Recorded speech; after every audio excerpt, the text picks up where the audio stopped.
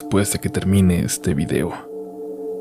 Les recomendamos como siempre discreción y que si son personas sensibles o de fácil sugestión, no vean este video. Esperamos pues que estén listos y listas para lo que viene. Esto es Relatos de la Noche.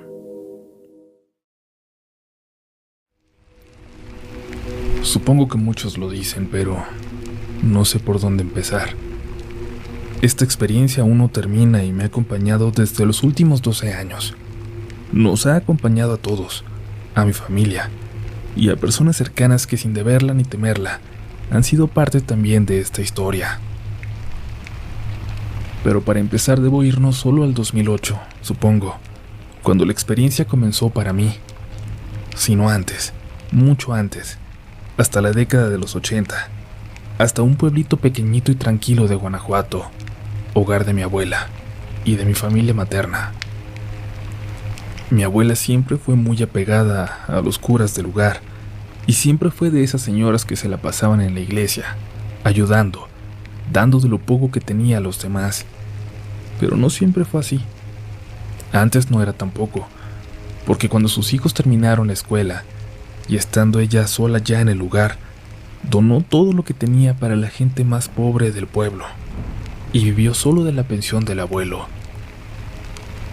En alguna ocasión, cuando estaba dando catecismo a un grupo de niñas, llegó una persona muy alarmada, buscando al sacerdote, pidiendo ayuda de forma desesperada.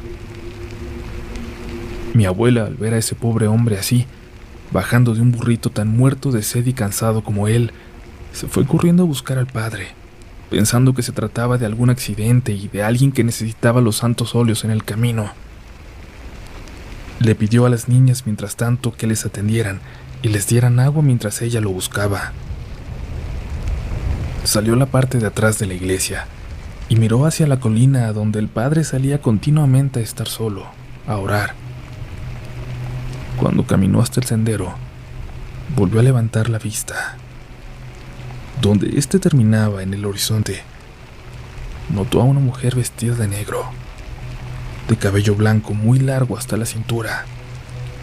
Por el viento le volaba en la cara. Mi abuela no pudo verle el rostro, pero sabía que no se trataba de ninguna mujer del pueblo. Y aunque tenía miedo, un miedo extraño que le provocaba esta mujer, siguió caminando hacia arriba, hacia ella. Se acercaba poco a poco a esa mujer que permanecía inmóvil ahí, a pesar del fuerte viento que se había soltado de un momento a otro. Un viento que parecía haber traído consigo nubes negras que anunciaban una tormenta. Escuchó que gritaban su nombre. Volteó hacia la iglesia. Era el joven sacerdote con las niñas del catecismo. La abuela dio media vuelta y empezó a caminar como podía, con sus rodillas malas bajando el sendero. Las niñas corrieron a ayudarla. ¿Quién es esa mujer?, preguntó el padre, que no dejaba de mirar hacia aquella figura en lo más alto de la colina. No tengo idea, padre, respondió la abuela. Aquella figura parecía fantasmal. El padre le lanzó una bendición haciendo la señal de la cruz, y aquella mujer dio media vuelta y se perdió en el horizonte. Aquel pobre campesino que había llegado cansado venía de lejos. Decía que cuando le solicitó ayuda al sacerdote de su pueblo se la negó, y empezó a recorrer uno a uno pueblitos buscando el auxilio que necesitaba, que requerían tan urgentemente allá en su comunidad, pero nadie quiso hacerlo. Se encerró con el padre para contarle de su situación en privado, y luego de una hora, le pidió que saliera para hacer una llamada. Cuando luego salió el padre de su oficina, le anunció que tampoco podría ayudarle, que lo lamentaba pero que no le era posible. Le dijo que llamara a la policía, pero el campesino empezó a llorar y dijo que no había ni policía en su comunidad, que ya no quedaba nada, que ya no había esperanza. Salió y buscó su burrito y empezó el camino hacia el pueblo siguiente.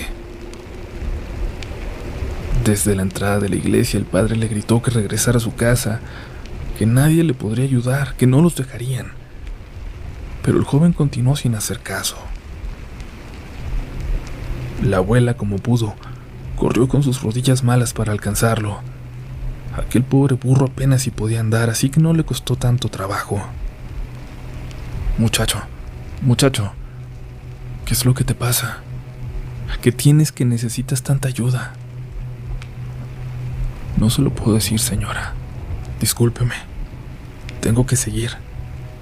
Tengo que conseguir la ayuda. Sea lo que sea, me lo puedes contar, hijo.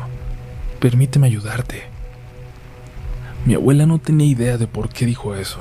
No sabía qué era lo que le ocurría. Pero algo en ella, en su corazón, le hacía decir estas palabras con la mayor seguridad con la que había dicho cualquier cosa antes en su vida. Por el amor de Dios, hijo, con Jesús como testigo, yo te voy a ayudar, le dijo. Y el joven entonces se detuvo. Quizás si usted lo ve, le crean. Quizás a usted sí le hagan caso. Venga a mi pueblo conmigo, por favor.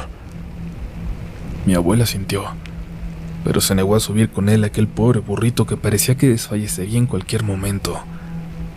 Se acercaron a la iglesia, donde mi abuela le dijo al padre que cuidara de aquel pobre animal, que acompañaría al campesino hasta su pueblo, caminando si era necesario.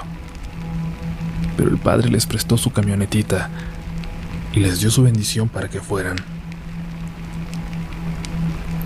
Emprendieron entonces el camino hasta el pueblito de aquel joven, un poblado con un montoncito de casas nada más, cuyas parcelas se extendían hasta los cerros. El cielo permanecía negro, y aunque apenas eran las 6 de la tarde, parecía que estaba por oscurecer en cualquier momento. Decía la abuela que se sentía como si fuera a oscurecer para siempre. Llegaron al pueblito y el joven le pidió que se siguiera de largo y señaló un pequeño camino. Para allá vivo, madre. Ahí está mi casita. Pero la camioneta no va a subir hasta ella. Dejaron el vehículo cuando ya no hubo espacio, y luego él le ayudó a mi abuela a subir unos cientos de metros más, hasta que dieron la vuelta a un sendero, y se perdió de vista el pueblo, allá abajo, a lo lejos, y a mi abuela le invadió un sentimiento de soledad. Fue muy extraño para ella, que desde que había muerto mi abuelo se había sentido permanentemente acompañada por él y por Dios. Pero ahí ya no lo sentía. Al fondo del camino notó la luz dentro de una casita de madera, apenas iluminada por un foco colgado al desnudo en la puerta.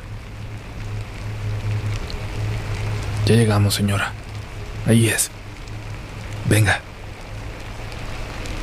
Llegaron hasta la casita y cuando abrieron la puerta se encontraron a una señora viejecita, acostada en el piso. Abuelita, dijo el joven, ¿está bien? Le ayudaron a levantarse entre los dos y la señora apenas pudo preguntar si había traído la ayuda. Sí, abuela, esta señora nos va a ayudar. Va a ver que lo que decimos es verdad y nos va a ayudar a convencer a un padrecito para que venga. Ya verá. ¿Dónde está mi hermana? La tiene que ver. Se me volvió a salir, mijo. No la pude detener. Pero ya sabes dónde va a estar. Allá en el panteón. El joven salió corriendo sin decir nada, preocupado, y mi abuela, como pudo, salió apurando el paso detrás de él. Subieron unos cientos de metros más, hasta el panteón, donde, antes de llegar, escuchó a una mujer gritar. Inmediatamente pensó que se trataba de aquella chica de la que hablaban, pero luego escuchó un segundo grito y luego una tercera voz. De pronto parecía que había un grupo de mujeres allá arriba, llenando el eco de alaridos sincronizados que formaban una especie de cántico macabro. Logró ver el panteón y al joven introducirse en él corriendo. Y metros más adelante, como una joven desnuda parecía escarbar, como un animal salvaje, una tumba. El joven como pudo la controló, La tomó de las manos y la abuela quería seguir caminando, ayudarle, pero no podía. Algo la había clavado al piso. No podía ni decir una palabra, no podía ni rezar por alguna razón.